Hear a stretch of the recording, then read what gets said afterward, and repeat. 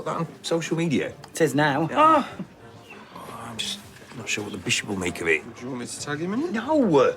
Actually, I don't look half bad on that. Can you ping that over? Oh, yeah. Put that on my dating profile. Thank you. There you go.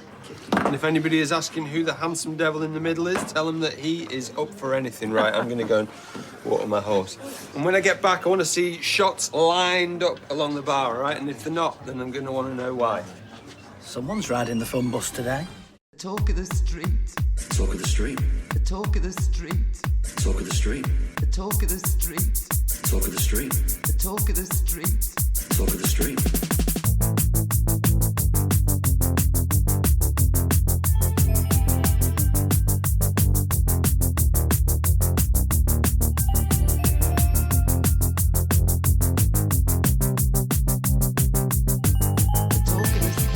Hello and welcome to episode 362 of The Talk of the Street, an unofficial Coronation Street catch-up podcast that finally feels seen this week after all the chat about VLOOKUPs and pivot tables. I'm Gavin. And I want to cry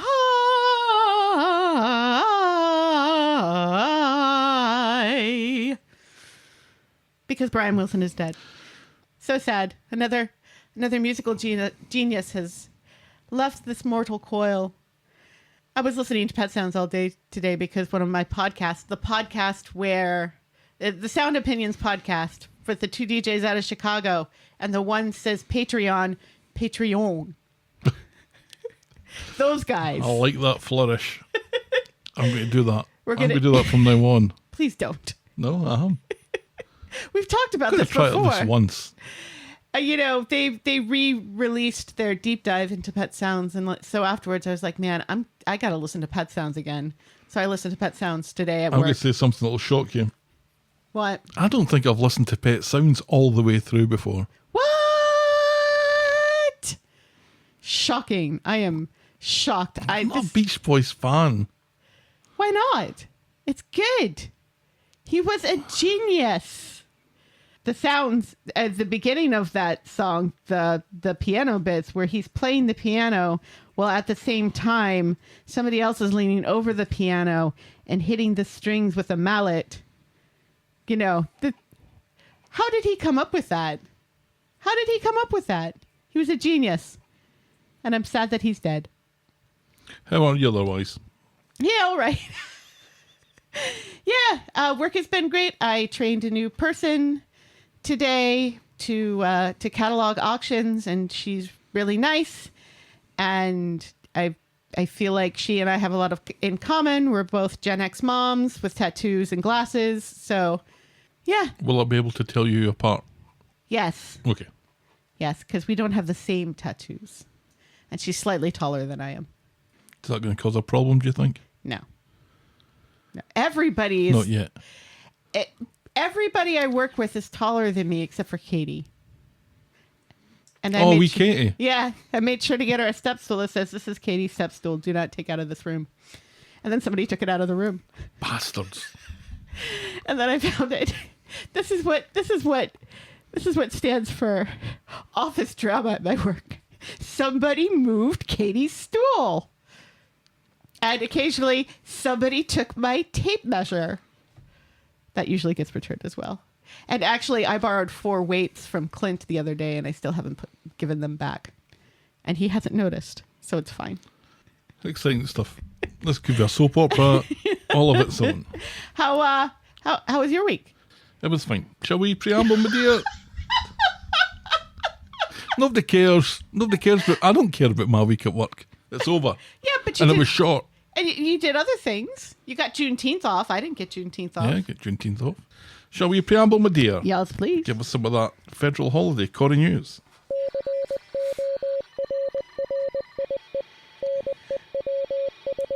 ITV has said it's aware of scammers using deepfakes of Corrie and Emmerdale actors to scam fans out of money.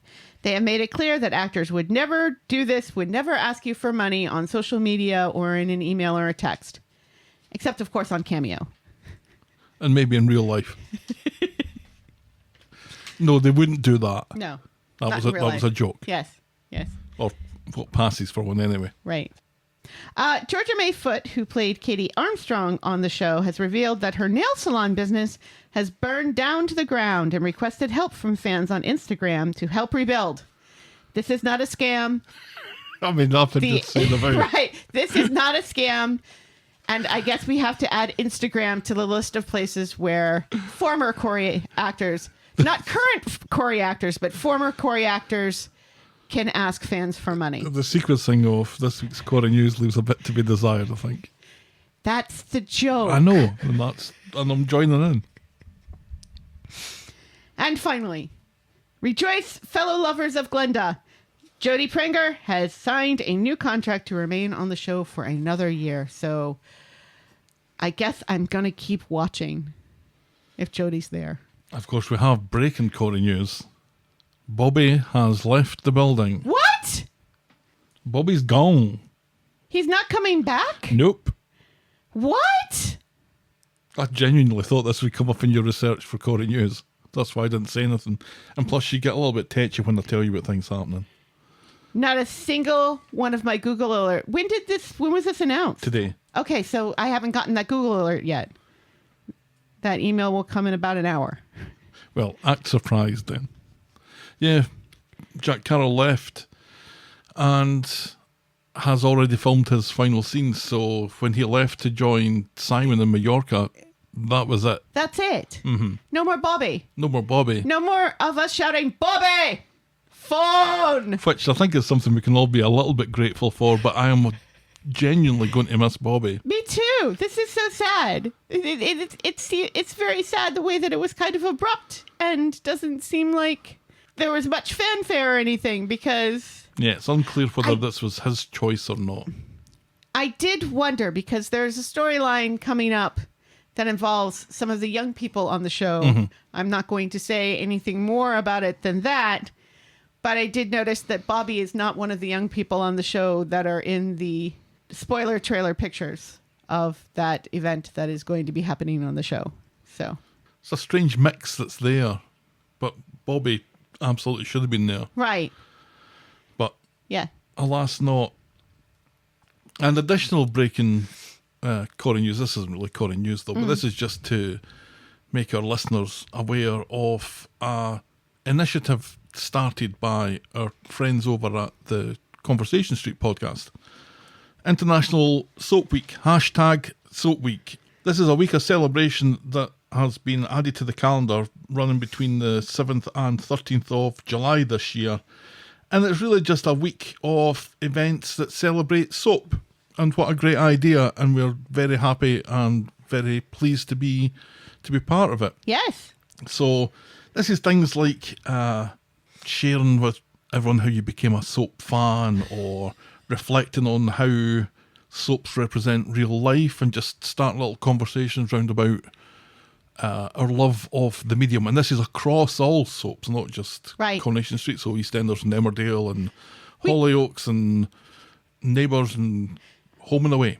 We could talk about Dallas and when we visited the ranch. South Fork. Yes. And as far as I'm aware, American soaps are more than welcome to... They'd better be. ...to join in. So to be part of this, we had a little idea for maybe a little charity event where Helen and I could get a camera set up in here and we could stream some stuff to our YouTube channel and maybe try and complete one or two of Peter's special jigsaws for charity and see how that went. I mean, it sounds really boring, but it's something that I think I would watch.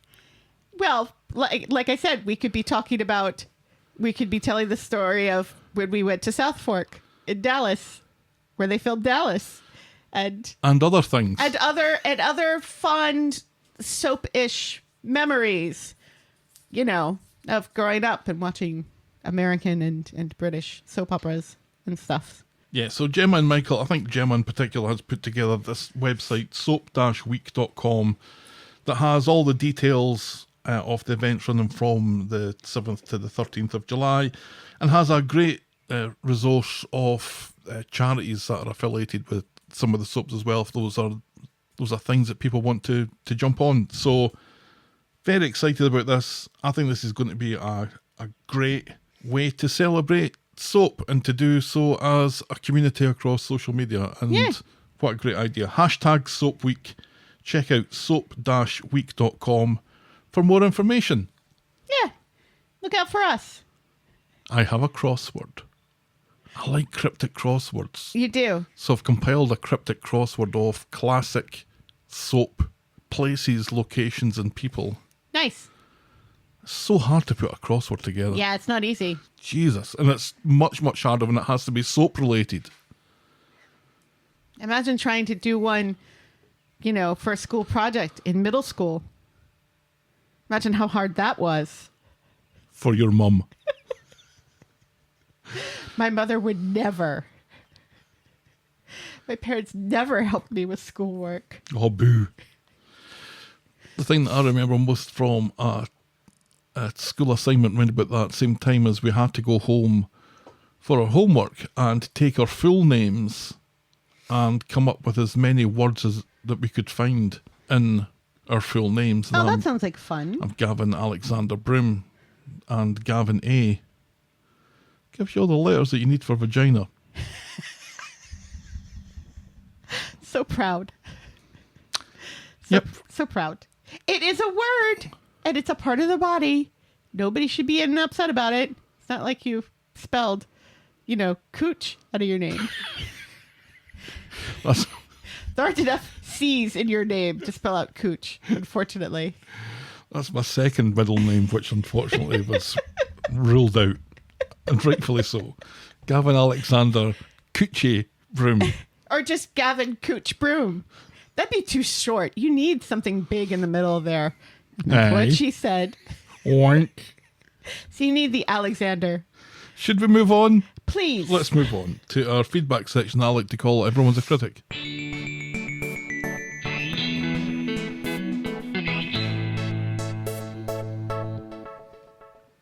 Holly wrote in something to add to Wendy's list of things the show's forgotten. Adam Barlow. Just Adam Barlow. Yep, that's it. A quiet week in the old mailbag this week. That's it? Yep. What? No, wait. Didn't somebody message us on Messenger this week? I thought for sure somebody messaged us on Maybe, and I didn't check the P.O. box today. I forgot, so who knows? There might be a plethora of postcards telling us what they call Chapter Run. We'll just have to wait till next week for that. Yeah, so a quiet old week, but hey, it's been bastarding hot, apparently, Yeah. everywhere. Yeah. Yeah, I've So who has the... I have seen Oh. the complaints on Facebook how the houses in Scotland were not built They're for not... this. They're built to insulate. Right. They're built to... They're like brick ovens, basically. Yes. And I can attest that's true. And I can remember what it was like on the occasional hot summer day in Yeah. Scotland. It's unbearable. It's worse than it is here. Yeah. And it's pretty And bloody it's bad pretty here. bad here.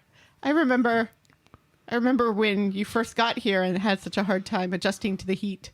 Remember when you nearly died at the Brooklyn Fair from I heat do. stroke? And here I was thinking that your reminiscence was going to involve my mum cleaning the gusset of your underpants again. We've but already talked about that on this podcast. this year. Anyway, feedback's always welcome. Send us your thoughts and I'll probably read them out. Get us at thetalkofthestreet@gmail.com or our DMs are open at Corrie Podcast. So we love it when people write actual letters to us.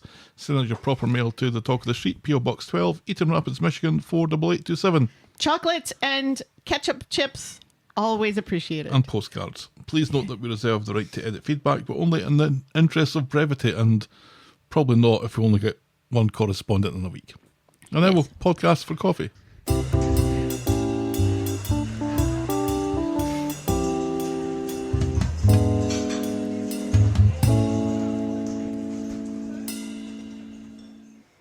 So it'll come as no surprise to Lynn that we're drinking our own coffees this week. What? I am drinking Athletic Light. It's a light, non-alcoholic beer. Yes. And if that doesn't say Cooch as a middle name, I don't know what does. Yeah, and I am also drinking a non-alcoholic beer, but I am drinking the non-alcoholic Blue Moon Belgian White because I'm an American. I don't know. And also, Isn't it Belgian? right, yes. But if So there's, you're American. there's one thing Americans love, it's Belgian stuff. We love their waffles. Yeah, this has got 25 calories in it. And it just tastes like a light lager. It's nice. Yeah. I do like Athletic. Athletic is great. It has saved our lives many times when going out with folks. There is no calorie count I on think my it's 80 in that one. on my can of beer. It's probably on the box. But yeah, it's got that light, fruity orange peel taste to it. Don't like that in a beer. Whereas I like fruity beers. You like beer that tastes like bananas, for fuck's sake. That's true. Oh, God. The day they make a non-alcoholic Hefeweizen is the day I go to heaven. Please, somebody make a non-alcoholic Hefeweizen. I miss it. I miss it so. I miss the banana-flavored German beer so much. Fucking bananas, man. Yeah. You also don't like fruit in your cheese. Oh, God, no. I've only just started liking fruit in my fruit. I'm Scottish. Leave me alone. The Talk of the Street is and will always be free on your podcast provider and on the YouTubes. But if you think your show is worth anything more than the time it takes to listen to it, and if you want to show your appreciation, you can buy us next week's coffee by going to ko-fi.com. That's ko-fi.com/the Talk of the Street. You can also sign up to be a friend of the podcast through the same link where for as little as $2 a month, you can get a mention in the closing credits of each and every episode. And if Ko-fi isn't your thing, we also have a Patreon site where you can show us some love. Sign up to be a friend of the podcast there at patreon.com/the Talk of the Street. That's not how he says it. Remember, you can always support the podcast for free and get us in front of new listeners by liking, subscribing, rating and reviewing wherever you get your podcasts. All right, shall we dive in, my dear? Yes, please. Our first storyline tonight is post-Tinker's stress disorder. It's a very special PTSD. Ah, yes. Yes. The PTSD that's not really about Tinker, it's about someone else. Yeah, but their name doesn't start with a T. No.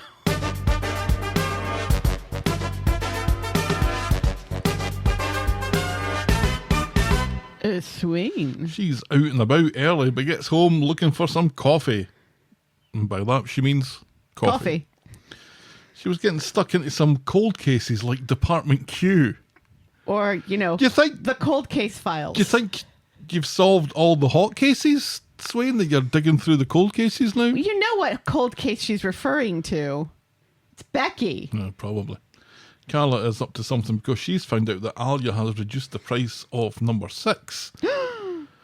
And she's keen to get a bargain. Fill your boots, says Swain. But when Carla goes for a viewing, Swain is a no-show. She's at Nina's Rolls trying to ignore Daniel, who just will not shut the fuck up about fucking J.K. Rowling. But Daniel will not be ignored and starts talking about Life's Rich Tapestry next. Fucking hell. I'm looking at him and I'm saying, why? Why? Especially to a lesbian. And I mean, in fairness, the lesbians aren't the part of the rainbow that J.K. Rowling at the moment hates the most. But, give her time. During Pride Month, too. How dare you, Coronation Street? How dare you? Brody comes in and starts harassing Daniel. And when Daniel gets mouthy, Brody knocks Daniel's coffee all over Daniel's papers. And I don't think I've ever enjoyed Brody quite as much as I did there. Daniel just wants to skate over it, but Swain sees what's going on and arrests the prick. Brody, that is. Daniel still doesn't shut up. Shutting up about how he doesn't want this to happen. This isn't a big deal. Do you know what, Daniel? Just keep your fucking mouth shut and let the police arrest this person. Let it happen. Without due cause. Seriously. Let it happen. Like the good old days. Swain drags Brody down to the station and gets him processed and thrown into a cell to cool down, discovering that he's got some pills on him and a nice little box. It's just a metal box. It's just like a mint tin. Yes. Yeah, where somebody would keep their smints or something like that. The really powerful mint whose name starts with an A that I can't remember at the moment. Adenoid or something like that. Yeah, Altoids. Mm-hmm. Altoids, yes. That's where you kept your weed in the 90s. That's where I kept my weed? That's where those of us who enjoyed a joint every once in a while in the 90s kept their weed. That's what the word partake was invented for, wasn't it? Do you partake? Yes. Oh, shut up. Ah. Yeah, he's got some pills on him and he refuses to explain what they're for, so Swain sends him off for testing. Later in the cell, Brody bangs on the door to get out and asks for his meds, but Swain isn't playing ball until Brody explains what they're for. And by the time Brody explains, Swain's already left. Yeah, she's left. So, for the second time in 2 weeks, Brody has another seizure and probably shits his pants. Oh, boo-hoo. Kit isn't impressed when he learns that Brody has been arrested, and then all hell breaks loose when news of the seizure spreads.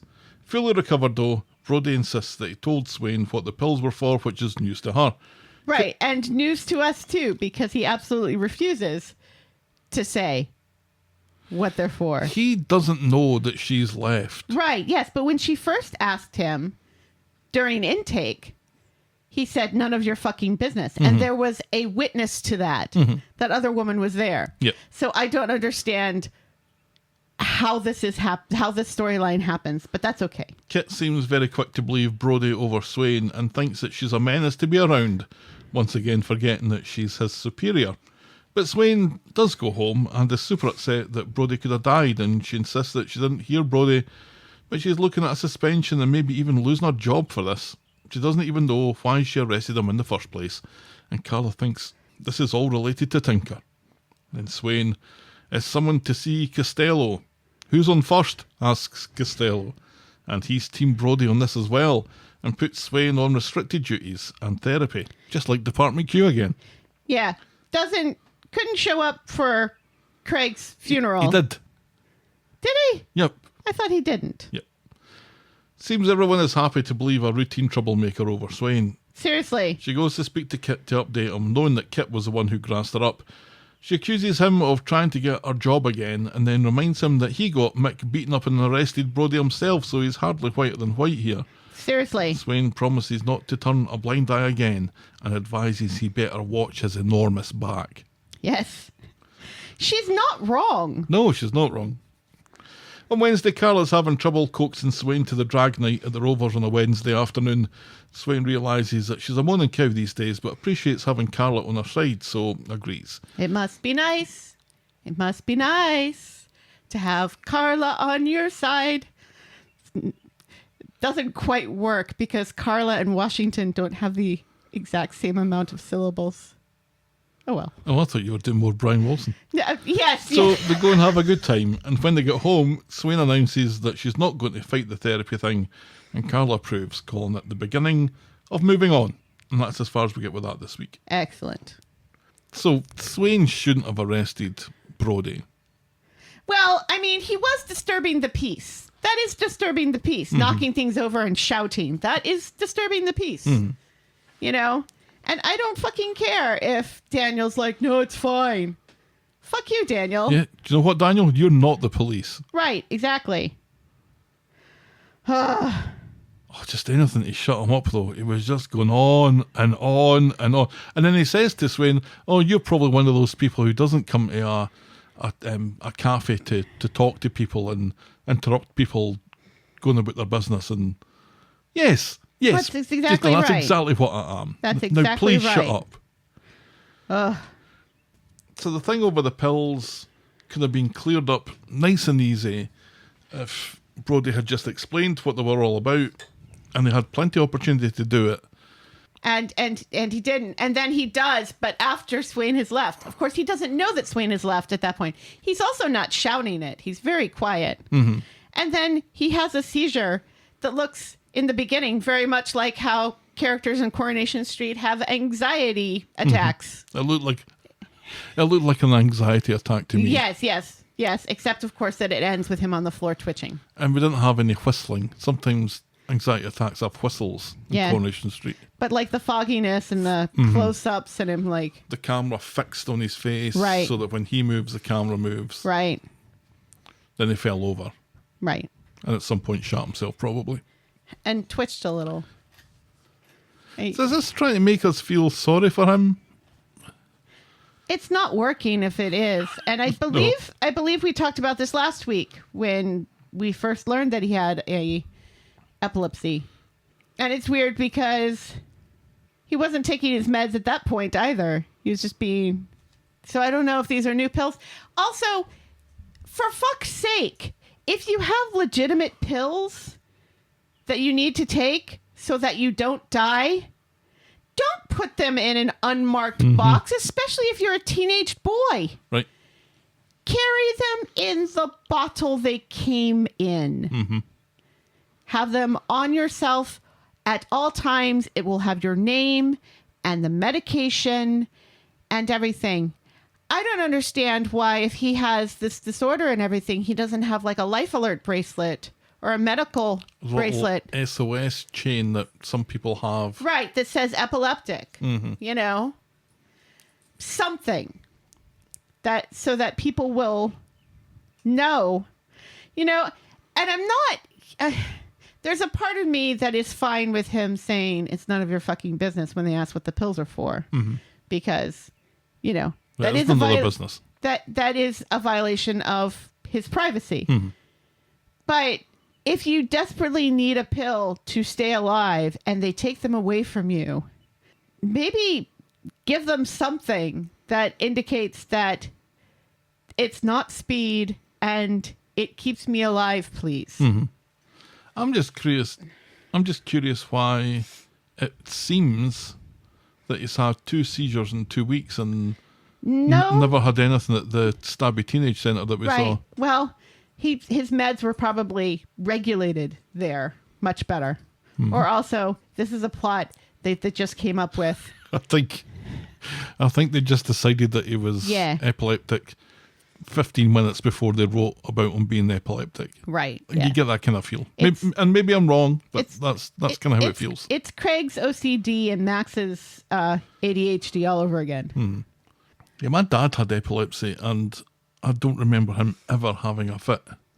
Petit mal as opposed to grand mal? The kind of like staring? Wee wee. Huh? Well, there are petit mal and grand mal seizures. The petit mals are... Oh, I don't think I had either. Are the ones where you just kind of... You're just not there for a little while with the staring and stuff. And then grand mal is on the floor and twitching. No, according to my mum, he fell over. Okay. Yeah, that's... But as far as she could remember, only a couple of times in his entire life. But he was on medication for his whole life for it. Right, yeah. That sounds like the seizure disorder that my brother has, that he got after he contracted Lyme disease, where he would just fall over. They wouldn't let him drive a car for the longest time. Yeah, yeah. You had to be seizure-free for... like 4 years. A long, long time before they gave him a driver's license. Yeah. Which makes sense. Absolutely. Yes. Well, I think we've solved epilepsy, so let's move on to the next storyline, which is fostering ambition. Just a few scenes on Monday about this, Helen. Yes, just a few scenes. Just a few. Sally's still loving the fostering life and hasn't let it go from last week that she thinks Lou's kids are at risk and traumatised. Tim doesn't think they were neglected as they were happy to go off with Lou earlier, so she's come to pick them up at least. Yes. And he wants to get some more facts before getting the social involved, if indeed that's what happens. But later, Lou storms over to number 4 and yells at Sally because Sally's reported there after all. Sally stands by her decision and her concern for the girls, and a furious Lou storms back out, particularly disappointed with Tim, who knows what she had to put up with. She's finished with the pair of them until she needs a babysitter. And that's as far as we get with that this week. Yeah, and it's frustrating because this is something that happens like whenever there's a storyline like this, or indeed, whenever there's a storyline where somebody does something and somebody gets angry about them for it because it affects them, and they charge in and start yelling at them. It never happens where the person who has done the thing that has upset the other person calmly says exactly what they said and why they said it. It feels like if they said, look, you know, the girls got startled when we were having an argument and they seemed terrified that we were going to beat each other up. This is something that maybe you need to talk to your kids about, sort of thing. And maybe never get back with Mick again, ever, ever, ever, because it's negatively affecting your kids. And eventually somebody's going to take them off you if stuff like this continues. And this is a conversation that Sally and Tim should be having with Lou Right. without informing the First, social. yeah. Have the conversation with Lou first, which you could have had when she picked up the kids, privately, obviously. Like, hey, kids, your mom's going to... we need to talk to your mom for a little bit.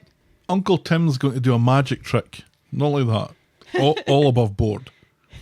Pay attention to that while I have a wee word with your mum. Yes. And then she goes off and says, and she starts it by saying, far be it from me to tell you how to raise your kids. Right. That's exactly how Sally would say it to her.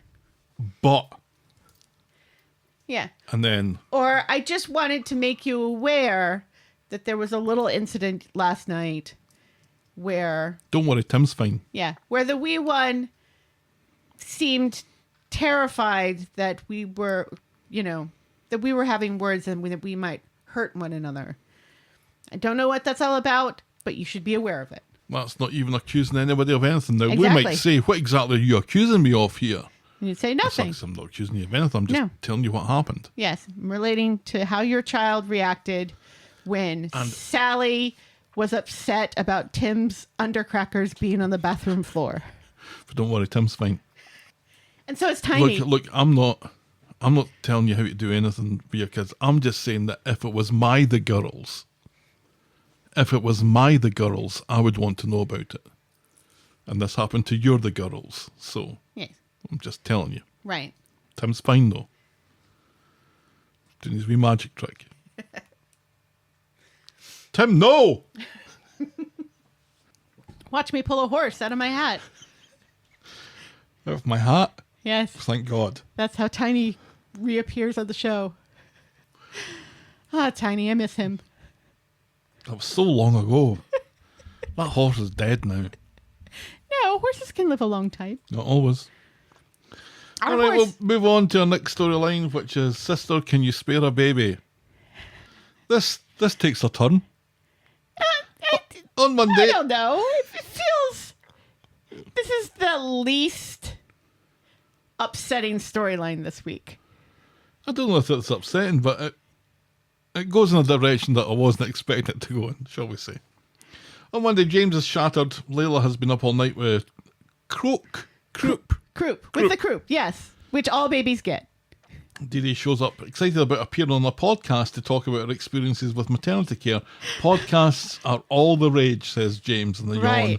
And James says, oh, now you're going to be famous. And you and I laughed and laughed. Yeah, that's how you become famous. Start a podcast. Dee Dee offers to look after her daughter while James gets some rest. Laila starts crying. Not her daughter. Laila starts crying later and stops when Dee Dee picks her up and And blows raspberries. so spits in her face. Blows raspberries. Blows raspberries. James is so impressed that Dee Dee can get Laila settled so quickly. Then Dee Dee gets news of the podcast pulling out. Who knew podcasts were picky, Helen? Well, some podcasts can afford to be picky. Remember when we had that poetry podcast and how terribly difficult it was to get guests on it when we had to make it not a live show, but a podcast where somebody records themselves reading and then I do an interview with them. Remember how people would pull out an hour before the interview and say, no, I can't do this? People were so confused by the interview part of it. Before you do your set, we're going to talk to you about your work. Right, yeah. What inspires it, what it's about, like nothing controversial. And then remember there was something that was like, what questions are you going to be asking me? Right. Because I've been stung before with these questions. And we're like, what? It's just an organic conversation between two people who have a similar interest. About poetry. Right. And then remember when I was just desperately hoping for a guest who wasn't a white dude? And nobody else would apply until I said, please, women and people of color, please be on my show. Please, I cannot talk to another white man. Thank you very much. That's why we don't do that podcast anymore. Yeah, that was... And it was just so much work, and it was so much hassle. So much work. So they probably the most work of any of our podcasts that we've ever done. Mm-hmm. It was fun, though. I like interviewing people. At speed dial, Dee Dee is having her dinner when Daniel arrives and just decides to join her and moan about his job and Brody from another storyline. No, Daniel. Hands off. No touchy. No touchy. You sit at another table. Sit over there with Tim. And do not speak to our Dee Dee ever again. He inadvertently starts talking about Dee Dee and suggests it might be worth speaking with Amy about her story because Amy does that student radio thing, let's remember. This show has remembered that Amy has a radio show. Yeah. Yeah, Daniel just sits down and grabs a poppadum and... Right, yeah. Hey, man. Oh, what a day I've had. Dee Dee, listen to me talk about my day. Fuck off, Daniel, please. Fuck off. On Wednesday at Dev's, Daniel's inserting himself into other people's conversations again, but we learn that Dee Dee is looking forward to her interview with Amy later. But in the meantime, she just found out that Laila needs her jabs, and James is out of town for convenient reasons. After the appointment, Dee Dee takes Laila back to Ed's, where she gets chatting to Michael. He talks her about being allowed to love Laila, no matter how things have gone so far. And I thought that was really nice. That was really nice. You're allowed to love her. You're allowed to love this child, you know, who is still in your life, who is part of your family. So you're allowed to love her as an aunt. Then James gets home and bursts in, pretending to be Super Daddy. Dee Dee makes her excuses and leaves for the interview. And on her way, she's bothered again by Daniel, who's a world expert on giving babies jabs and who tells Dee Dee just to tell the truth and be herself in her interview with Amy. This is great advice. Dee Dee gives a very... Did Dee Dee ask for any advice, Daniel? Daniel, no, don't make me take out the spray bottle again. I'll do it. Back off. In fact, you should have just given her a wee spray just so he knows that you're no kidding. Yeah, exactly. But then he does that thing with his little paws where he rubs his eyes with his little paws, and it makes me sad. He washes his ears. Oh. His little Henry's pockets. People, that little flap of skin on your cat's ears is called a Henry's pocket. And ever since I found that out, I can't stop staring at my cat's Henry's pockets. Oh dear. So Dee Dee gives a very honest and frank account of what happened to her in childbirth, with James and Michael listening on intently at home. Dee Dee encourages women to speak out against poor treatment in a similar situation, and James seems surprised when Dee Dee calls Laila her little girl. Mm-hmm. Because what do you expect? Do you want Dee Dee to get into this? Right. The whole adoption thing. Right. With Amy on a student radio show that's about the difficulties of childbirth. Right, yes. These are details that are unnecessary for the conversation. Right. And I really appreciated the conversation that they had. I appreciated the fact that Dee Dee broke up. I really appreciated the fact that Dee Dee brought up the fact that due to the history of slavery, there's this impression that black people have a higher threshold for pain because when you beat your slaves senseless, you feel better about yourself when you say, oh, they don't feel pain anyway, it's fine. Yeah, and when they don't cry out in pain because when they do, you hit them harder. Right. Yeah. Yeah. So. Yeah, it was a good detail to bring up. Right. Yes. Yes. Especially this week. Exactly. Of Juneteenth. Yeah. But even if she was to explain the complications of Laila's parentage and her difficulty in bonding or even wanting to bond with the child and all that sort of stuff, and even if she wanted to go into the fact that my brother has adopted or is going to adopt Laila and raise her. Right. Even with all those things being true, Laila is still Dee Dee's little girl. Right, yeah. She didn't just suddenly appear in the universe without anyone's uterus being involved. Right, yeah. It's her little niece. So it's still her little girl. Right. Absolutely. On Friday, do you know, I prefer James when he's not trying to be funny. He tells Dee Dee how amazing she was on the radio last night when he noticed that Dee Dee called Laila her little girl. James, though, is cool about that slip of the tongue. When Dee Dee goes, though, he doesn't seem cool about that slip of the tongue at all. Later, James and Dee Dee talk about this as he knows she's not coping and he's worried that she wants her own baby back. Dee Dee, though, says she doesn't, and she's going to throw herself into a women's group at church. Oh, well, fill your boots, says James, if that's what gets your boat floating. Yeah. What floats your boat?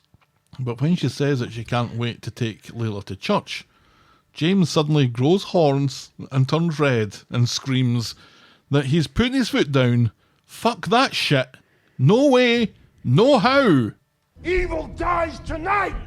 Yeah, and that's perfectly understandable considering all of the horrible, horrible, horrible things the church has done to gay people over the centuries. And also the horrible, horrible, horrible, horrible things the church has done to people of color. So it's totally reasonable what James is saying. And, you know, Dee Dee just needs to be cool with it and to understand where he's coming from. I was a little surprised at his certainty about it, because we're talking about something that is happening at an unspecified time in the future that may never happen. Right. You need to set boundaries early. If you set boundaries early, then you don't get situations where it's like, oops, I didn't know. Oops, I'm so sorry that's how you feel. Oops, you should have told me. He's telling her. And that should be okay. But what that's going to perhaps push Dee Dee towards then is, well, maybe I do want my little girl back after all. No, because the church is not the reason why she gave that child up for adoption. The church is the reason why she didn't abort that child, but it's not the reason why she gave her up for adoption. That would be Joel. There are a lot of people who have had traumatic experiences within the church, and so will never be comfortable going back to the church. And that kind of feels like that's where James is coming from. Yeah, he wasn't invited though. No, but it's his child. See, I think this is all getting very muddied. No, I think I think it's getting muddied partly because of James and James's change in circumstances and location and having to be right there in the house and Dee Dee having to put up with it. I don't know. I expected me to be more on James's side than I am with this. And you expected me to be on Dee Dee's side on this. More or less, yeah. Yeah, So and I'm not. So it's unusual that you're supportive of the church. No, well, I'm supportive of. See, do you know what it comes down to? It comes down to me looking at that wee girl and saying that it's Dee Dee's. That's what it comes down to. Right. She doesn't look anything like Dee Dee. That I don't see her as being James's. Yeah, but she's James's. She is James's. Well, and I don't remember seeing anybody signing anything. Thought they signed the papers at the hospital, and that's why he was able to take her away. We didn't see anything. We didn't see it, but that doesn't necessarily... We didn't see anything of that sort. That doesn't necessarily mean it didn't happen. And I start to think this is all done on a wink and a promise. No, because it... Like I said, this is... And I mean, it's funny because if our kids were still little and they had a friend who was Jewish or Muslim or Catholic, and they spent the night at their friend's house, and the parent of the other child said, "Hey, is it okay if Stelly or Benny comes to synagogue with us or to, the chapel?" I personally would be okay with that, but I think a lot of that has to do with the fact that I have never been hurt by a Muslim or Jewish person in my life.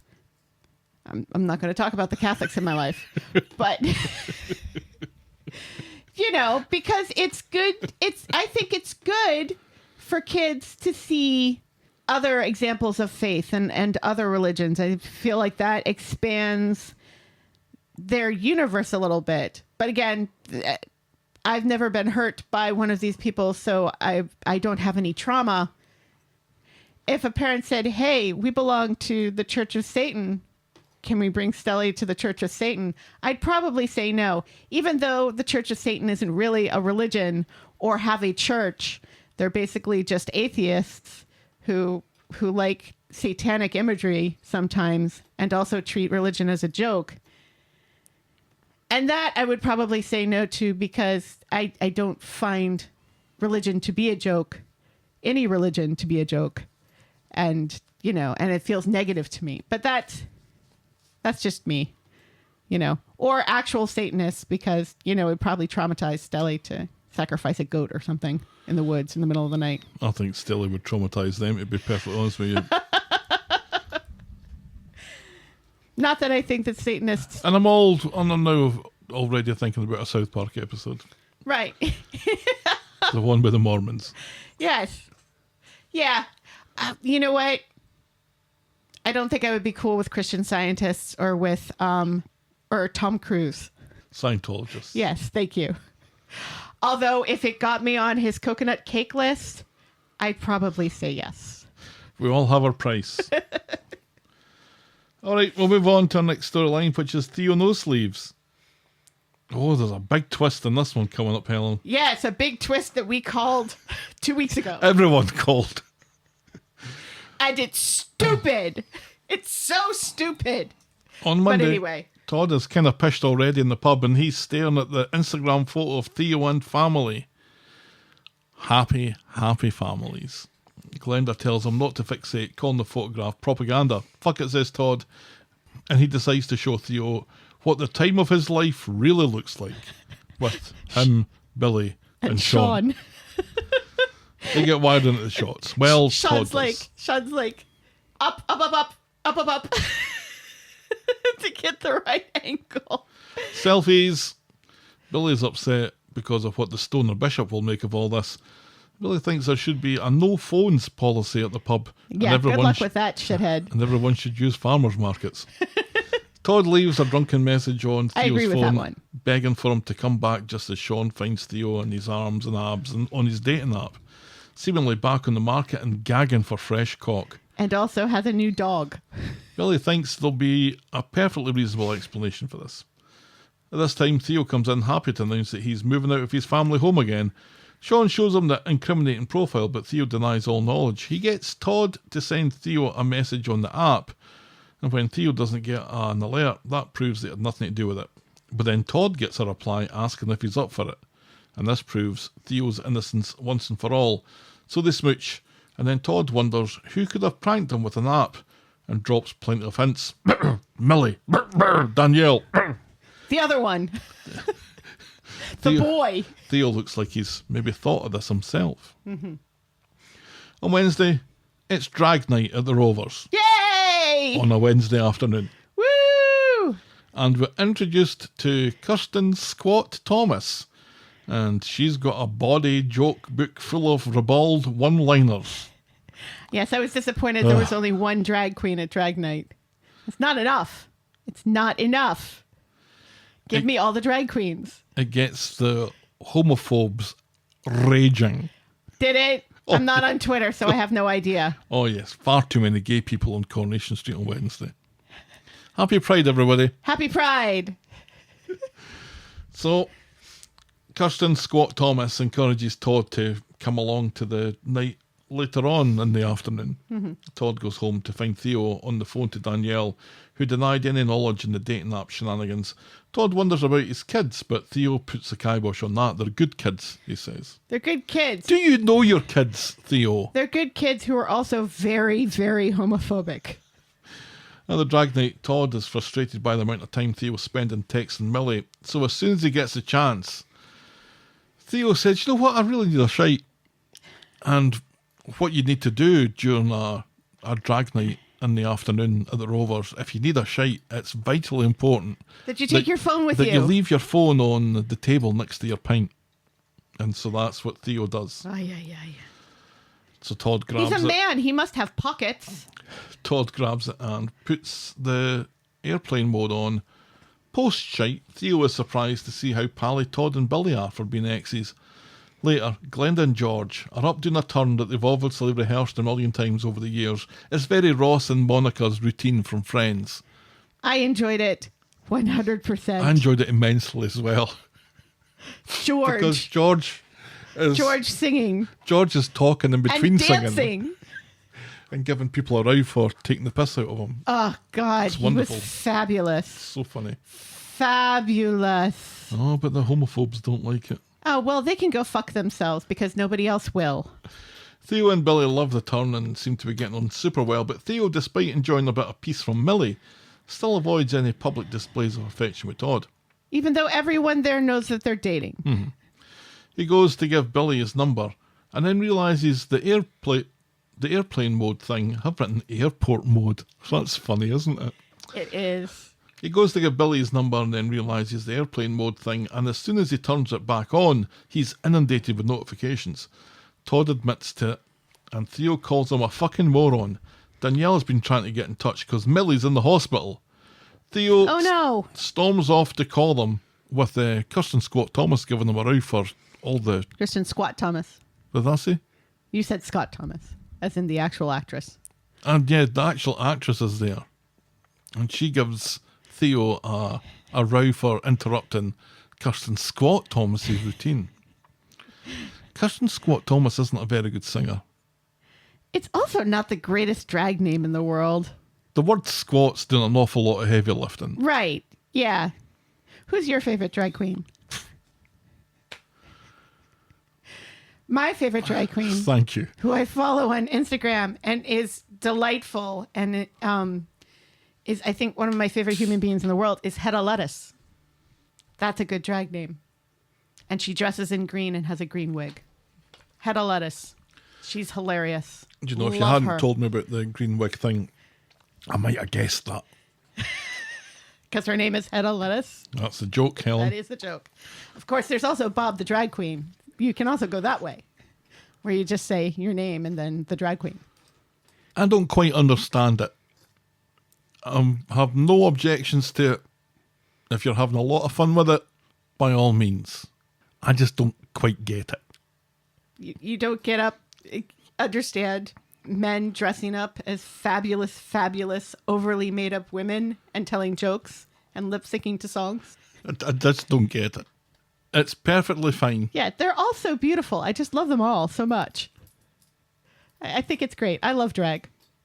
No complaints. Right. Just I don't have a favourite. That's fine. That's fine. Fair enough. Someday you will. Someday it might be me. So Theo storms off to call him, and when Todd follows along, Theo warns Todd that if he ever sees Todd again, he'll punch his teeth down his throat.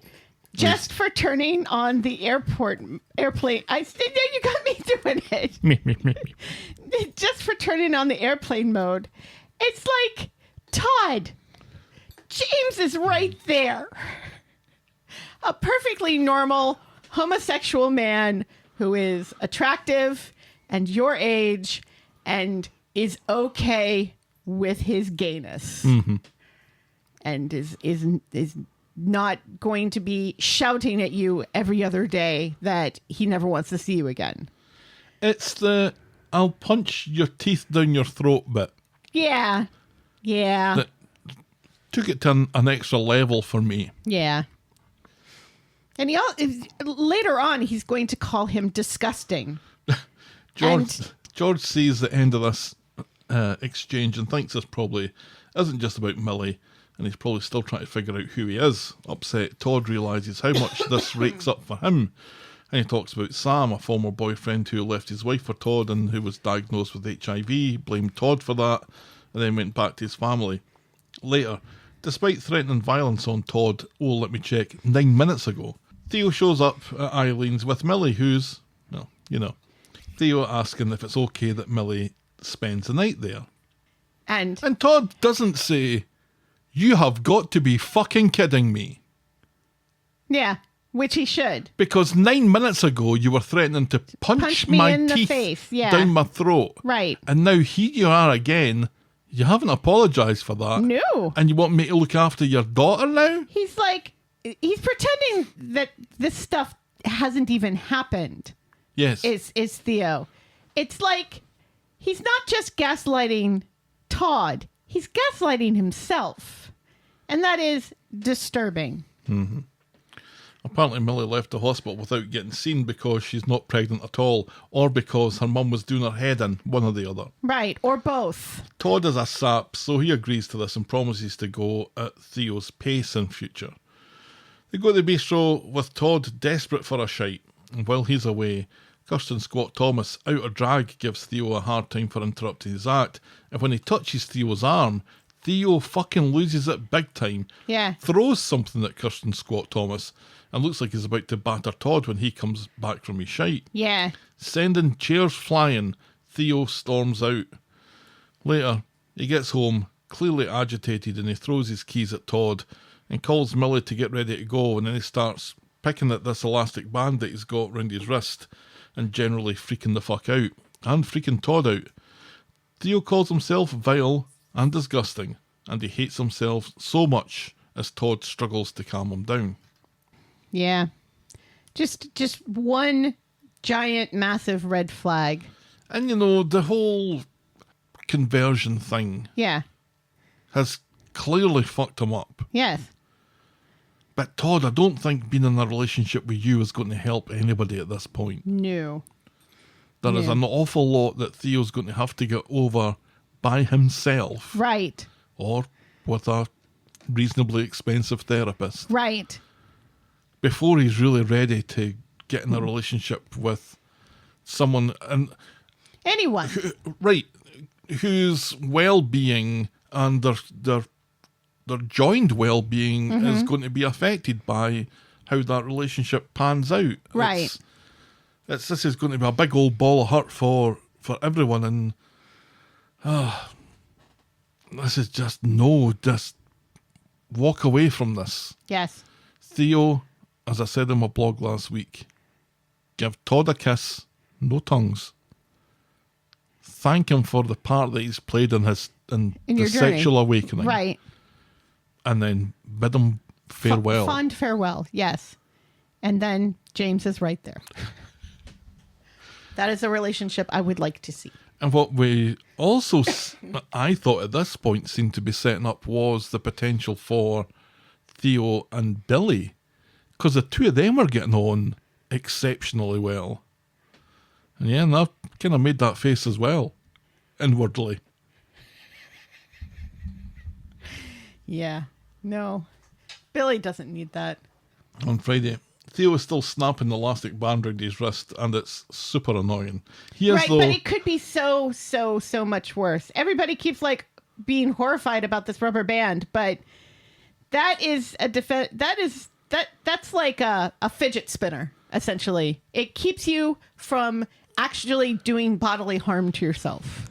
And it should be fine, and everybody acts like it's this big deal. it's something that I'm 100% behind. Yeah. I had something like that before. I've now got the words "Don't Panic" tattooed on my, Right. on my wrist. And that helps a lot. It helps me. But also, what I found calming was tapping my your head. Yep. If I get stressed, I tap my head and it makes me feel better. You also fidget with your thumbs. You twirl your thumbs when you're stressed. I think everybody does that, don't they? No. Huh? Oh well. I guess I'm just weird. No. It's just the way that it's your defense mechanism. And I think it's subconscious a lot of times that you do it when And it you doesn't don't even feel natural now that I'm sitting here doing it. Right, yeah. So Because you're not anxious at the moment. Probably not aware of doing it. Yeah. But tapping my head, absolutely. He's far calmer, though, today than he was yesterday, and he and Todd have made up.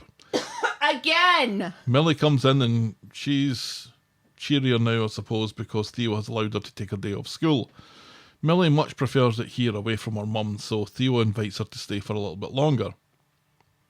At the Undertaker's, Todd and Billy are talking about Theo's issues thanks to Billy's God. Todd also reveals that Millie is milking her pregnancy for all it's worth and Theo's attention, and he doesn't care how crappy that sounds. Billy tells him to support them both. Back home, Millie is reading and Theo's out, and Todd tries to strike up a conversation, but Millie, well, isn't all that interested. Todd suggests that they both do their best to help Theo out, and Millie's on board with that, and reminds her that her mum knows more about pregnancy than he or Theo do, and that kind of sounds like Todd is trying to throw her out, so Millie agrees. Oops, says Todd, who has just been played like a hairy banjo. Right enough, when Theo comes back, Millie makes out that Todd has said that she's not welcome here anymore, which isn't actually all that far from the truth. Do you think that Todd has ever played a hairy banjo? Well, I mean, I think most days he does. He plays somebody's hairy banjo. He did get Sarah pregnant, so he's played with one hairy banjo. What? I think we're talking about different hairy banjos. That's fine. You know what? I'm thinking of a hairy taco. Ugh. Or no, it's a pink taco. It's only part of the banjo that's hairy. Anyway. Todd keeps on getting absolutely played by this young whippersnapper. Right. But he also is making some dreadful decisions all through this storyline that aren't helping matters. He shouldn't have switched the phone onto airplane mode. No. And he shouldn't have had a conversation with Millie. Yeah. He just shouldn't have. Don't talk to that girl. She's toxic. Just, if you want to hear a monotone voice, you could always just watch Twilight.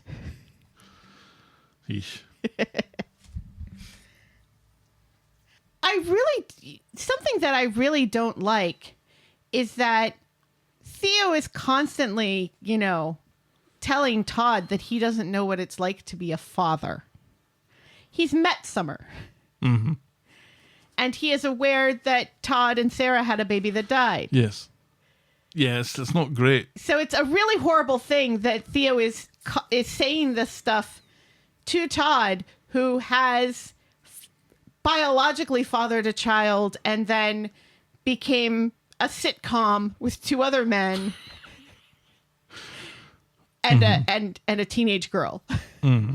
So, it's just part of the problem is these two men do not know one another. And we're not in a relationship long enough for Theo to have just moved in and to move his daughter in as well. Yeah, and for Todd to, feel like it's important for him to mess about with Theo's life and, force him out of the closet, essentially. It's far too early, I think. When Todd says to Millie, "I love your dad too," I was like, no. You really don't. No, you don't. You haven't been in a relationship with him long enough because you guys are constantly breaking up to say I love you. This is ridiculous. So Todd explains that he's worried about Theo, and this tips Millie off into finding out that her dad's been hurting himself again.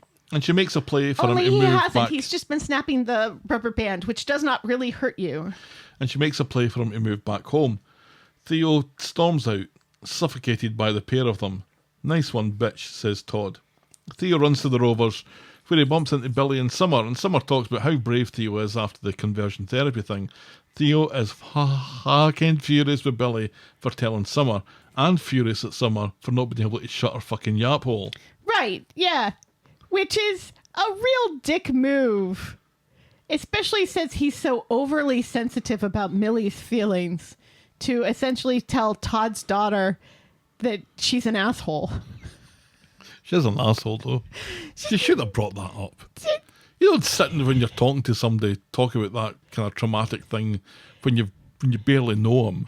Yeah, it's something that, a straight white person named Karen would say to Theo. It shouldn't be the daughter of 3 gay men. And also Billy shouldn't have told Summer. No, yeah. Which she did admit to. Right, yeah. Billy tells Theo that the church isn't all conversion therapy and it's possible to be gay and have a relationship with God. I never thought at any point during this that Theo's problem was distance from God, but there you go. Yeah. Theo's going 10 to the dozen now in his elastic band. He goes home and gives Todd a hard time for spilling to Billy. Millie blames Todd for all this, saying it's Todd and his gayness that's making her dad like this. Todd, for whatever reason, thinks Theo should back him up here, and when he doesn't, Todd storms out of his own house again. Seriously. Where is Mary? Where is Mary? Mary lives in this house too. Where's Mary? We need Mary to come down the stairs and tell these two idiots to shut the fuck up and shag already. So later, Todd's having some cornflakes because it's been a day. Right, yes, it's comfort food. Millie congratulates him on doing a great job for her, pushing Theo away and back to the family home. She still doesn't understand what She homosexuality is. She really does. Which is confusing. Privately, still in Todd's house, let's remember, Millie is on the phone to Miles and revealing her master plan. That's the kid's name, Miles. Thank you. She's buying a fake pregnancy bump online because she's not really pregnant. I, for one, am shocked. Shocked, I say. Well, not that shocked. When is she gonna? What is the game plan here? Because where is this getting delivered? It's getting delivered to Todd's house, I think, isn't it? Where is this getting delivered? And what is she going to do when it comes? Is she just going to put it on like immediately and go from Nothing to 3 nothing months. to like 6 months pregnancy? She's not even like getting a progressive amount of baby bumps. Those things are expensive. Those are like over $100 for ones that aren't just a pillow with straps on it. Because you know what she should be doing? Using a pillow with straps on it. It'd be as believable as her getting this mysterious box delivered to Todd's house. It's definitely getting delivered to Todd's house. Then going upstairs and then coming back downstairs to say, ta-da! Here I am. I'm super pregnant now. Here I am. Why neither of her parents have taken her to the doctor, it just blows my mind that they're both like, because I don't think Danielle is in on this whole fake pregnancy thing. I don't think so. And I'm confused about Miles too, because obviously Miles is aware that his sister is trying to break the two of them up. He's aware that his sister's psychotic, yes. Right. But I don't know that he's necessarily aware about the fake pregnancy, because she does say something to him about her hormones. Oh, yeah, he doesn't know either. Okay. Yeah. I mean, hormones could be any number of things. She's still a teenager, so hormones are making her do weird shit anyway. But yes, this is the dumbest storyline ever. Oh, Jesus. Fake pregnancy. I'm going to fake a pregnancy so my dad won't be gay anymore. You know what? Millie needs to talk to Summer, and Summer needs to tell her how cool it is to have 3 gay dads. At the age that Millie's at, and all teenagers are different, I guess. But I think after the initial shock, Millie's probably should be cool about this. Look. Especially if she doesn't like her mum. But I don't think that she really hates her mom, because she says to Miles on the phone, take good care of mom, she deserves it, or something like that. But here's the thing. I don't think any of these writers have met a member with Gen Z again. Of Gen Z, because I was just thinking about this earlier today. Gen Z is very puritanical when it comes to sex, when it comes to things like seniors dating freshmen. They think that's the grossest thing that they've ever heard. They're very puritanical when it comes to their feet. They wear socks with sandals. Gen Z does not like to expose their feet to other people. They think feet are gross. The worst thing you can do, though, is generalize a whole generation that all behave the same way, because they don't. No, because all teenagers are different. Right. But the one thing that Gen Z is not puritanical about is diversity when it comes to gender and sexuality. Well, see, but have you listened to Stelly talk about some of the yahoos that are in her class? Right. And they're Gen Z. Right. Yeah. The majority of them are much more like Stelly and her friends than the few Yahoos. And granted, Millie and Miles grew up in a house of Yahoos, of people who go to conversion therapy and a church, which seems to be that kind of church. But I was thinking about me in my teens and my 20s and having gay friends, and how even though I knew that they were out and had significant others, they would always be very, very cautious about talking about their boyfriend or their girlfriend. One of my coworkers is a lesbian, and she talks about her wife all the time, and it's fine. And she doesn't even think about the fact that once upon a time you could lose your job for saying that you had a wife if you were a woman. You know, they don't have that burden necessarily put upon them.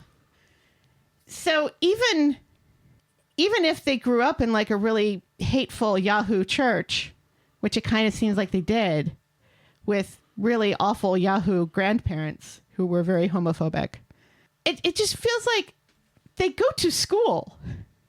They know gay people. So, I mean, even Yahoos know, even Yahoos who hate the gays can admit that gay people are gay people and you can't make them straight, especially members of that particular generation. It seems like it's anathema to them. So, I don't know. This whole storyline just feels like they need, because it's not just this storyline. There are times that words come out of racist Kelly and Betsy's and Summers and Amy's and Mina's mouths that I just look at them and say, I don't believe a person your age would ever say that in that way. But it's especially with this, it's just, who is this for? Who is this storyline for? Especially during Pride Month. How dare you, Coronation Street? Who is the story for? All right, we will move on then to our next storyline, Rose Gold Flattened. On Monday, Maria has been released pending further investigation, and furious that Lou reported her. Gary isn't sure that Lou was behind this, and this just gets Maria angrier, and she goes off for some fucking satisfaction at the salon. Lou denies reporting Maria and blames it on Brody, because Brody has to be in every storyline this week.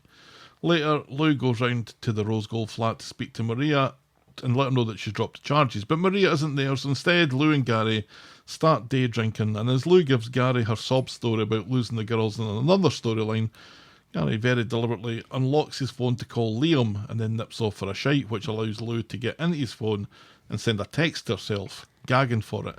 Gary is the slowest man alive to unlock his phone. Fresh back from his shit. And also, once again, take your phone with you. It may not be hygienic, You're a man. but it's safe. You take your phone to the toilet when you're doing a shite. Right, yeah. Fresh back from his shit, Lou announces that she and Mick are Splitsville and then slaps the lips on Gary's gums. Gary goes to throw her out, and Lou acts like a woman scorned and tries to launch a blackmail effort. Fine, tell her, he says. She'll believe me. Gulp. But when Maria comes home, Gary's already packing, off to live with his mum for a bit.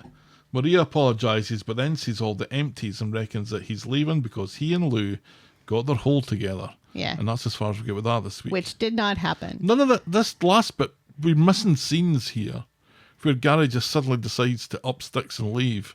Right. Because of Maria. Because it's Maria's fault. Or no, he decides to up stakes and leave so that Lou can't blackmail him. But he says to Maria, you're doing a good job of splitting us up all on your own. Right, yeah, but that's not...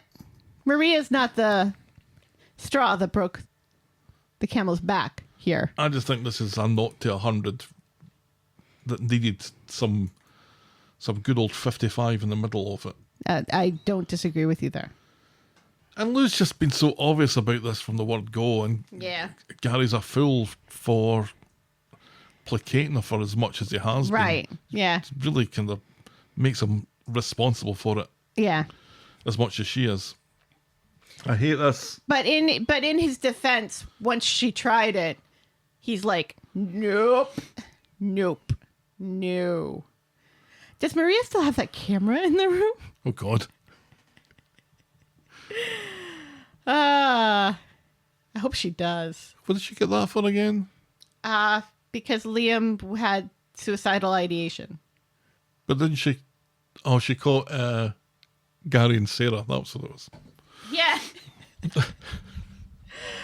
And now Maria and Sarah are best friends who like to sit Who now around, drink, both hate and Gary. complain about Gary. I don't like this. I wrote about this on my blog last week. I love Gary and Maria together because they're beige and I like beige. And they work well together. I don't think they're beige. But you can't have people working well together on a Right. show. They make each other better. Mm-hmm. They make each other better and they make each other more interesting and make me want to watch them. Right. You know. So let's get this nonsense over and done with as quickly as possible, please. Penultimate storyline is give that boy a storyline. On Friday, Aadi has been needing a storyline for so long now that they have him in Nina's roles talking about the difference between pivot tables and VLOOKUPs to Summer and Amy. Bernie is disgusted at how elderly Aadi has become and suggests he has some fucking fun for once in his stupid fucking life. The last time that boy had fun, he took a bullet. This puts Aadi's nose out of joint and he apologises to no one for enjoying spreadsheets. Damn right, Aadi. Bernie tells him to get his glad rags on and hit town. We're here for a good time, not a long time. And then she calls him a gorgeous boy and gives his cheeks a squeeze. So Aadi Which she is announces allowed to do because she is essentially his stepmom. to Asha and Amy that they all need to act their age and have some fun, and sets them all a task to arrange a mega fucking party. I thought it was Summer and Amy. We are the fun. Yes, You said Asha. yes, it was. Okay. We are the fun. We are the fun. Let's say setting up a storyline next week that I think I'm going to disapprove of Yeah, I'm not going to like it. because I think they're going to take it in a direction that they were always going to take it in. Yeah. Yeah. But we'll complain about this more next week. I do not approve. I am positive, though, that it is not going to involve accidentally eating poisonous mushrooms, which would be interesting. But no, it's going to be something even stupider. Yep, it's going to be all the kids and Billy's bishop getting high out of their tits. All right, our final storyline tonight is Sucks to be a Webster, and boy, how does it suck. On Wednesday, Carl is over to babysit ahead of Kev's last chemo session. Kev doesn't know how he could have done it without them. Gulp, they say. You know together. what's hilarious? Every time you say Carl, I think you're talking about Carla. No. They sound like the exact same I thing. don't say Carl well. It doesn't. You don't. It doesn't suit a Scottish accent well. It really doesn't. Because it really wants me to say Carl. And I don't want to say Carl. It's like I'm saying Carol. Yeah. Carol. Yeah. Carl. Carol. Carl. Meanwhile, Debbie goes into Nina's roles and hears Ronnie seemingly on the phone to a woman. So there's the usual dance of them insisting that there's nothing going on with anyone else. Yeah, it's Leanne. When Ronnie leaves, Bernie consoles Debbie with some out-of-hours cheese toasties and a chat. This transforms into a Wednesday afternoon at the drag night, and latching on to Rita talking about her days singing in the clubs. You shut up. Rita can talk about the clubs all she wants. Kirsten Scott Thomas tries to get Ronnie into singing the song. I said squat that time. Sad, Debbie goes out the back for a minute, and Bernie checks to make sure she's okay. When did these two become friends? Earlier when Bernie made a toasty, remember? But she didn't make her a toasty because all the machines were shut. She just made her a cup of coffee. I'm just so confused by this friendship popping up all of a sudden. Yeah, Bernie checks to make sure that she's okay. Debbie is still sure Ronnie and Leanne are a thing. So Bernie drags her off to the Rape Hotel for some, hopefully, cheap drinks, seeing as she knows the owner. But at the bar, Debbie goes fucking raj when she spots Brody, because Brody needs to be in every storyline. Yep. And his pal drinking at the bar. Debbie has bras older than the two of them. And after giving Rafael a piece of her mind, she throws away Brody's drinks Rafael? and then kicks a pair of them out. I love Rafael. Rafael Needs to date Sean. That is the relationship I want. for Raphael's Sean. reaction to Debbie giving him a row was Yeah. brilliant. Yeah. Because, like, what the fuck do you expect me to do? I'm on my own. But it's the way that he Right. did it Yeah. in a in a camp way. Right. Yes. Put him and Sean together, please. Just give me Rafael and Debbie talking to each other. More Rafael For is what we're saying. 44 minutes. Make Rafael the new Swain. Oh. The new side character that we love so much becomes a regular. Do you know, I want my Rafael. they gave him a line and they've given his character a name. Yeah. And they didn't give him a credit on the show. What? His name was not in the credits. How dare they? I was appalled He is because fantastic. he was so good. So good. More Rafael, please. I mean, And his facial hair is so on point. everything about him was so on point. I had no idea what Rafael looked like before. But when I saw him, I was like, yes. That is Rafael. Yes, it is. Why have we not seen him sooner? I know it's early days, but I think we might have to start standing Rafael. I already there. Does that mean that I get rid of Toya's hair from 2002? No, you just add Rafael to Toya's hair. And We Sarah's can't- leather skirt. We can't stand three things. Yes, we can. Swain, Toya's hair from 2002, and Rafael. And Sarah's leather skirt. I don't stand that. I think you do. I lust over it. I don't stand it. There's a difference. Well, at least you're man enough to admit it. Do you know, Helen, I didn't know what was going to come out of my mouth until it came out of my mouth. So I'm as surprised as you. And I mean, I think we're all aware that I lust after Ronnie's arms, so it's fine. Hey, you and me both, girl. Bernie's left wondering what the fuck this was all about. Debbie wonders why Bernie is so keen to defend Brody and seemingly gets more and more upset, talking about what this could all do to her business. So she's thrown Brody and pal out. Brody goes on about his consumer rights, which just makes me hate him even more. Yeah, Debbie takes the 2 bottles of Heineken that they were drinking and just kind of like chucks them behind the bar. And Brody's indignant and says, "You owe me money now. Shut up, kid, and get the fuck out of here. Right. You have epilepsy. Do not drink." Shame on you, shouts Debbie, and she throws Bernie out too. Back at Kev's, Carl has been playing swords with Alfie, and Abby gives Carl the eye until Kev comes in, feeling pretty shit from his chemo. Abby and Kev talk about Debbie leaving the drag night quickly. Bernie goes back to the pub and chats to Ronnie about the state Debbie was in at the rape hotel. Something just flipped in Debbie, and Bernie doesn't know what it was. Carl finds Debbie at the hotel, and she's struggling with a laptop until she sees him. He tells her what he heard from Abby and Rafael, because Rafael's been spilling, because Yes. of course he has. Of course he has. And she admits that she lost her temper because she's struggling with everything that's going on. On Friday, we've gone all frosty soft focus as we watch Debbie standing staring at things in the cafe. While listening to classical music. Which I think was just the music that was playing in the cafe. Yeah, I was kind of confused by that because initially I was like, this is what's going on in her head. And then it stops, but the music doesn't stop. And then you go, oh. She's zoned out again, so Bernie has to give her shoulder a wee shiggle to snap her back to the room to get her to pay. Sue Devney does this switched off face that is so super effective. Yeah. I'm sure it's really hard to do. The guy that plays Carl Kennedy in Neighbours this week has been in something of a coma, but his eyes are open, so he's just lying in bed, just staring. That's got to be tough. While people are acting round about him, Yeah. and he's not reacting to it. He's not even Right. blinking. It's just, oh my god. So the two of them in this week have just been given a bit of a masterclass in how you act this way with this medical stuff. It was like super impressive. Absolutely. So good. This Debbie's so good. So Benny's concerned, but a call from the rape hotel puts an end to that, and Debbie rushes off to Speed Dial, where Ronnie's helping Leanne with a catering job. Debbie is frantic as she announces that the conference room is flooded, so they need to cancel. Leanne thinks that they can make it work at Speed Dial instead, so emergency over. And as they prepare to have this conference at Speed Dial... It's a Librarian of the Year awards show. Is that going to be noisy or not? Debbie is distracted as Ronnie and Leanne do math in their head out loud, and Ryan sets up a PA.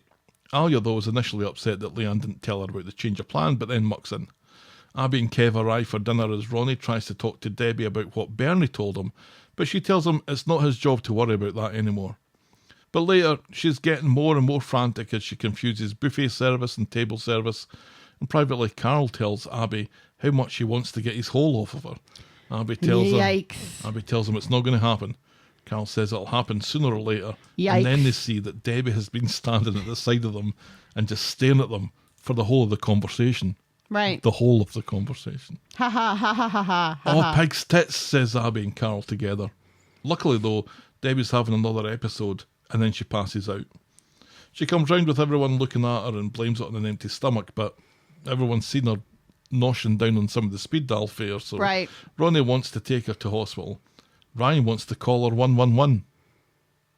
Debbie? You're 111. You're 111. Debbie refuses. Based on Carl's reaction to this, Abby suspects that he knows something, but that has to wait as Debbie admits to everyone that she doesn't need to go to the hospital because she knows what's wrong with her. She has dementia. Immediately. Finally! I know. Immediately, everyone starts talking about what's best for her, and this is what Debbie was worried about, and why she only told Carl. And this puts Kev's nose right out of joint. Uh-huh. Ryan wants to call Debbie an ambulance now. Debbie, you're an ambulance. Abby tells everyone to fuck off, and she takes charge of the situation.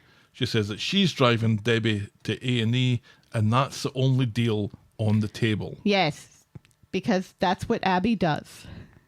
This is my storyline now, she says.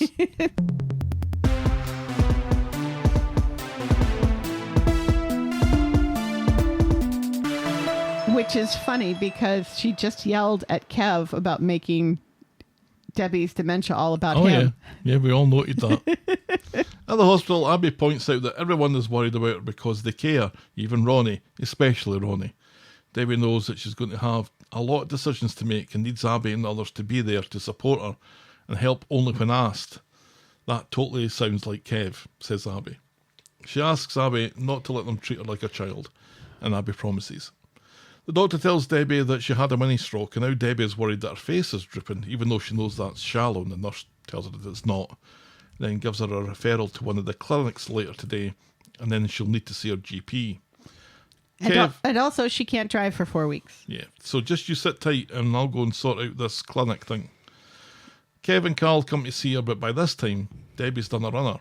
She's outside, sitting in her car, checking her face for droops, and then despite being told not to drive, she starts the car and drives off. Yep. At home, Kev blames Abby for all this. Ronnie goes to check the hotel, Carl goes to check the garage, Ryan goes to call someone an ambulance. Kev can't believe that Debbie went to fucking Carl first, and realises this is because he's an insufferable prick. Abby goes round to the garage in secret, and Carl says Debbie made him swear to secrecy, which he kept. Conversation moves to grumpy Kev, and Carl says that he's punching, but Abby says it's the other way around, and she's sick of people thinking that it's that's Kev that's getting the better of this situation, and she's not going to give up on her marriage to a man who saved her life for a quick bout of passionate sex with her handsome brother-in-law. Eh. And that's how we end this week's episodes. I am shocked that they all went home instead of walking the streets of Weatherfield trying to find Debbie. I'm surprised that the hospital didn't call the police to try to help find Debbie. Given the situation, Given the situation. She has dementia and she's behind the wheel of a car because Abby didn't bring her bag with her, so she had to put the keys in Debbie's bag, which is very deliberately done while they're in the waiting room. Yeah. So that you notice. So people like us think, wait a minute. Why Why did Abby not drive her car to the hospital? Right. Which would have made so much more sense. Mm-hmm. Oh my God. 100% incredible stuff from Debbie this week and Yes. from Sue Devaney. She's just so good at this and so good at generating emotion, and you know, we all feel heart sorry for her, and and just the panic of the whole situation, and speed dial was like palpable as well. It was just getting very difficult to watch because it was so intense, and they very cleverly did this way that the camera was positioned and how close but not really she was to all these conversations that were round about her. I thought they did a remarkable job with it. It's so good. But it's got this bit in it that I was really hoping that they wouldn't have, where Debbie sees the two of them, Abby and Carl, having this horny conversation. Right. Well, horny from his point of view. Only she doesn't because she's in a essentially a petit mal seizure. And that's, I don't know, it's a bit icky. Right. In fact, it's very icky. Yeah. Sue is doing such a great job with this. And it's heartbreaking because it just reminds you how good she is as this character and how you don't want this character to go away. And we've got some good news in that regard today because, according to her, she'll be playing Debbie into 2027. So this is going to be a very which makes long sense. storyline. They're taking their time with it. Right, yeah, which makes it, that was one of the things that kind of upset me when we initially heard about this, is that it seemed like this was going to be quick as opposed to Paul's MND storyline, which was not quick. And it's like, dementia can, for the most part, takes its time. Yeah, I think this is going to be over a longer period than Paul's MND storyline. Yeah. But even given that longer storyline, I'm imagining that we're losing Debbie through a dementia-related incident. Right, yes, of course. Rather than, she's full-blown dementia, she's in a home somewhere and she's dying. I don't think that's how she's going out of it. Well, I mean, this disease does eventually kill you. Yes, but that can take years and years. Right. So, yeah, so that is good news. I'm still shocked about Bobby. I'm sorry to just bring that up, but I've been thinking like this whole time when we're recording, like, what the hell happened there? But anyway, yeah, I still think the whole Abby Carl thing is ick. It just, as much as I hate Kev and Abby together. I don't know how much I believe of her story either. His brother is not a great choice either. Well, Kev said she barely knows him. Yeah.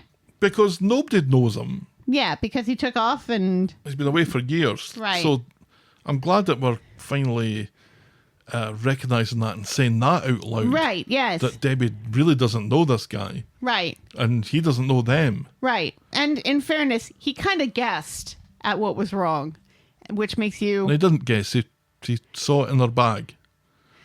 Why do I not remember that? Don't know. But anyway, that takes like the one good tick away from him that, he's a very observant person. No, he's just He a read a piece sneak of paper. and an asshole. And Abby keeps saying that there's chemistry there, or admitting that, yes, there's chemistry there, but I'm not leaving Kev ever. I don't believe her. And I don't believe Carl either. It feels like a manipulation in order for him to gain in some way. Doesn't it? It doesn't feel like he's genuinely... Oh, I think he's genuinely horny for her. That might not be the only reason. Right, yeah. But I think he's genuinely horny for her. But I think that she's also genuinely horny for him. And I think that goes back to their first meeting in the car park, which I did feel was quite charged for a situation where they know that nothing's going to happen. Right. They were giving each other some prime banter. Right. And it was fun. And it was fun to see Abby smile and enjoy that kind of attention. It was fun and safe, and now it's not safe anymore. Right, and then the tables very, very much turned later that day when she found out who he was. Right. But what they're doing with this is very reminiscent of bits that they were doing with the Paul storyline that I didn't approve of. Remember, Paul was trying to steal cars, and then he had his charity money was stolen, and there was all this extra flourishes put onto the storyline that I didn't know that were needed. Here we've got 3 things happening at once in this family, and it just feels very it's too cluttered. much. Yeah. And 2 at most as is probably a better number, because I don't really want anything to take anything away from Debbie's storyline No. here, because it's the one that's the most compelling, because what we're Right. left with is a infidelity storyline And cancer. and another And cancer yet another storyline. cancer storyline, and somebody just died of cancer on the street. We don't need Kev. This cancer storyline would be interesting if they had continued along the route of, oh, wow, Kev is learning something about himself, and it doesn't involve a woman having something tragic happen to her. He's learning something about himself as his own, and there's some growth in that character. No. That ended very quickly. If it had continued, and Kev had become a person who's not shouty all the time and making everything about himself. As he was at the start when he was hugging Tim. Right. We loved that. That was our moment of the week. That was great. And yet no more. No more. No mas. He's blaming Abby again. The only thing that's changed is he's realising that that's what he's doing, and he stops doing it. But the only reason I think he's doing that is because Carl was in the room. So Carl was in the room. There was an observer to it. There was somebody who was seeing this. Right, absolutely. Thinking, wait a minute, what the fuck are you doing blaming your wife for this? This isn't what you're angry at. Right. You're angry at Carl knowing something that you didn't know. Right, exactly. And you've got cancer. Right. So maybe that's the reason why, Kev. Yeah. It's just, Yeah, she just didn't want to burden you with two things. And we can agree, I think, that Debbie's taking far too long to get to this point. Because when she gets to the point, the telling them is the easiest thing in the world. And of course they're going to react in the way that you know that they're going to react and that you Right. don't want them to do. Yeah. They're going to do that and then they're going to get over it. Right. And everybody is so nice and so supportive. The whole of the restaurant is behind Right. her. Yeah. Everyone that's there. Leanne got her a glass of water. For the love of God, what next? Ryan's desperate to phone somebody for something. Right, yes. He dials 111 and talks to the person there, verifies that, yes, she should go to the hospital, which I guess is what 111 is for. 111's for what you think is like non-life-threatening things. Right. Like, oh no, my foreskin's fallen off. What do I do? You phone 111. They'll explain it to you. Your foreskin hasn't fallen off. That was baloney.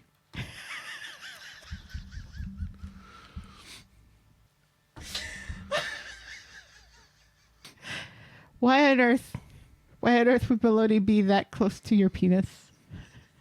That's what... That, I imagine, is what the 111 operator would ask. No, but there was just so many good bits about this storyline this week. And there was so many good bits about the show generally, I think, trying. And you can argue whether it worked entirely or not. Right. But I like the idea of the drag night on Wednesday being the kind of focal point for so many things that happened Right. on Wednesday. Everything descended on that and then spread out from that. And I really liked that. And the Rovers was packed. It was absolutely jumping. Was packed. It was giving me a little bit of an anxiety attack because there were so many people there. And- but it was so great to see people there. And extras. There was extras in the There pub. were extras in the pub. And one of them was even wearing a rainbow-colored scarf on his head. You know, because pride. And you have, like, all of the gay characters, besides Nina, all, like, together and raising their glasses. And it's, like, unity. You've got Asha, you've got Carla and Swain, you've got Billy, you've got Sean in his peacock shirt, which I'm so happy to see return. You have Todd, you have Theo, you have James. It was great. I just wish that there was more than one drag queen, like the last time they had a drag show. I think we can say that it's probably not a great idea to have too many karaoke nights. Right. Or too many, let's fill the time with Glenda singing. Right. Or other people singing. But see, when they do it, Yeah. it's good. It's good. It's just good. I loved Glinda and George doing their little number and Loved how, that as well. George can sing really well and The also two of them were great together. do the moves. Like, Climb, right. climb the ladder. It's like, I don't know if you've seen this. There's video of, Joey Fatone at like a drag restaurant or something, standing up with these drag queens and doing the dance for Bye Bye Bye. And it's like he's in his 40s now and he still knows every single one of those dance moves. I would bet money on it. On point. It is so delightful to see him up there dancing with these queens. It's fantastic. And that's what George reminded me of somebody who was so ingrained, the song and dance number that he used to do with his sister all the time, and just getting up there and doing it. And Muscle memory. so fantastic. I love the two of them together. I love the chemistry between the two of them, the familial thing. It reminds me of the Platts together, Yeah, on a smaller scale, certainly. how much I enjoy seeing David and Nick and Sarah, just the three of them talking to one another and nudging one another and laughing at Gail behind her back together, sort of thing. Yeah. More of that, please. Yeah, I agree. I think there were bits of the drag night, the fact that it happened in the middle of the afternoon for a start, that could have been improved upon, I think. And I don't want this to become a crutch for the show, but, on Wednesday, I enjoyed it an awful lot. Yep. Bring back trivia night. Johnny loved a pub quiz. He did. So that was the week that was Coronation Street. Helen, what was your moment of the week? George and Glinda dancing and singing together. I think so. I mean, there's an awful lot of Debbie stuff. I really want to give it to Debbie, but I don't know. When the Debbie stuff happened, my reaction wasn't like, oh my God, this is the best thing ever. It was, oh my God, finally. Finally, this has happened. It took forever. I'm so glad this has finally happened. Yeah, I agree. Yeah. That's our Moment of the week. Our moment of the week. which part of Daniel's involvement in the show is your boring moment of the week? Daniel being the president of the J.K. Rowling fan club. That's our Boring moment of the week. Jeez, take your pick though, right? Oh, God. I'm just glad Chesney didn't show up. Although he gets a mention. Because apparently Kristen Squat Thomas knows Chesney for some reason. Because they ask, hey, where's Chesney? Why isn't Chesney here? I thought they were talking about Chesney Hawkes at that point. Why would they be talking about Chesney Hawkes? Why would they be talking about Chesney? Because he's actually on the show. I don't know. I just imagine, because Chesney grew up kind of like doing street markets and things, and I imagine some busking by Kristen Squat Thomas probably occurred in the street markets, sort of thing. Okay. Yay! This is our section where we ask our Twitter followers to rank the show in terms of yay, meh, or zzz, You know what I to think? gauge their enjoyment of it. You know what I think I dislike the most Oh, you're about to tell me. about the meh part? It's not just that it sounds like a dog. It's the wrong tone. Because meh should be like, meh. Like, with very little emotion. Whereas this is meh. Like angry. It's an angry meh, and it shouldn't be an angry meh. Because when you say meh, you're not angry. You just don't care. You're apathetic. Noted. So the results this week were zzz, 30.6%, meh, 27.4%, and yay, sneaking it out at 41.9%. Does that add up? Yeah. Johnny Thunderfingers writes, Millie with the fake pregnancy suit and Theo overreacting to everything and slagging us somewhere. Bin this story now, please. Yes. Holly says, a bit meh. Daniel continuing to bother the lovely Dee Dee. I'm getting bored of the on-off stuff with Theo and Todd. Enjoyed the drag night and Aadi's pivot tables. Still no Adam Barlow. That's true. Still no Adam Barlow. Natalie says, last week was great. This week, bobbins. Little to be happy about. I wish I had more positive to say. Russell says, it's been okay. Please nuke Theo's daughter, though. Though with the Corrie redemption arc, she will probably be likeable in a month. If they can do it to Mason, they can do it to anybody. I don't think that's fair to Mason. Safi says, Wednesday's episode was quite possibly the worst episode ever. They're slowly killing it. And Princess Kimmy says, we need more drag nights at the Rovers. Yes! And more Rafael. Yes! Yes! But we don't let these opinions or that score change our views. Helen, what is your score out of 10 this week? Yes, more drag and more Rafael, please. I wonder what that one person who thought Wednesday was so awful. I wonder what part of Wednesday they found so awful. I think it's impossible to tell. It is impossible to tell. All right. I didn't mind this week, except, of course, for the whole Theo and Todd storyline, which I hate with a vengeance. Used to like Theo. Don't know if I like Theo anymore. Me too. He slagged off Summer. And that... That's our job. That upset me, because now that Summer seems to have her diabetes in control and has stopped dating, I like her. She's getting better. She's still wearing dungarees, though. So, which is weird, because the character at this point is in college. They don't need to make her look like a child anymore. No. Lay off the dungarees, please. They really don't. Anyway, I'm going to have to push you for a score. Yeah. 6.5.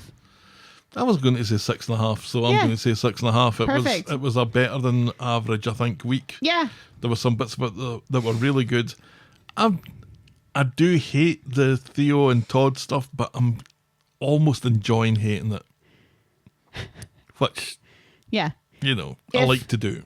If we didn't have Theo threatening to punch Todd's teeth down his throat, and we didn't have David following Dee Dee around like a little lost puppy dog, I probably would have given it an 8. Wow. Because I liked everything else. Praise indeed. Yep. This episode was brought to you with thanks to our friends of the podcast: Daisy, French Helen, Pickles, DT, Wendy, Noel, Canadian Helen, Christy, Shandy, English Victoria, Aurora Yvonne, Heather Westerfield, Russell Whiting, Jackie B, Brittany Porter, Laurie Anna, Tina, Stephen, Leah, Tara J, Fiona B, Canadian Jennifer, and Josephine Tingy. Thank you ever so much, people. We really appreciate it. Thank you very much. If you've ever wondered what your favourite Excel function was, write in to tell us about it. We're the Talk of the Street at gmail.com, and we're at Corrie Podcast on Twitter, Facebook, Instagram, Threads, and Blue Sky. You can reach us the old-fashioned way, the Talk of the Street, P.O. Box 12, Eaton Rapids, Michigan, 48827.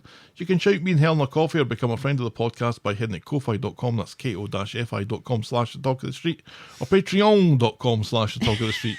Check out voggle.co.uk for links to our merch store, YouTube channel and blog. And if you're so inclined, please leave a rating and a review on the iTunes or your podcast provider of choice. And be sure to check out our pop culture sister podcast, The List of Lists. Dakota Johnson is Gav's Keanu Reeves. Thanks for making it to the end of another episode. And we will be back next week with more Talk of the Street. Talk of the Street. Bye. Cheerio.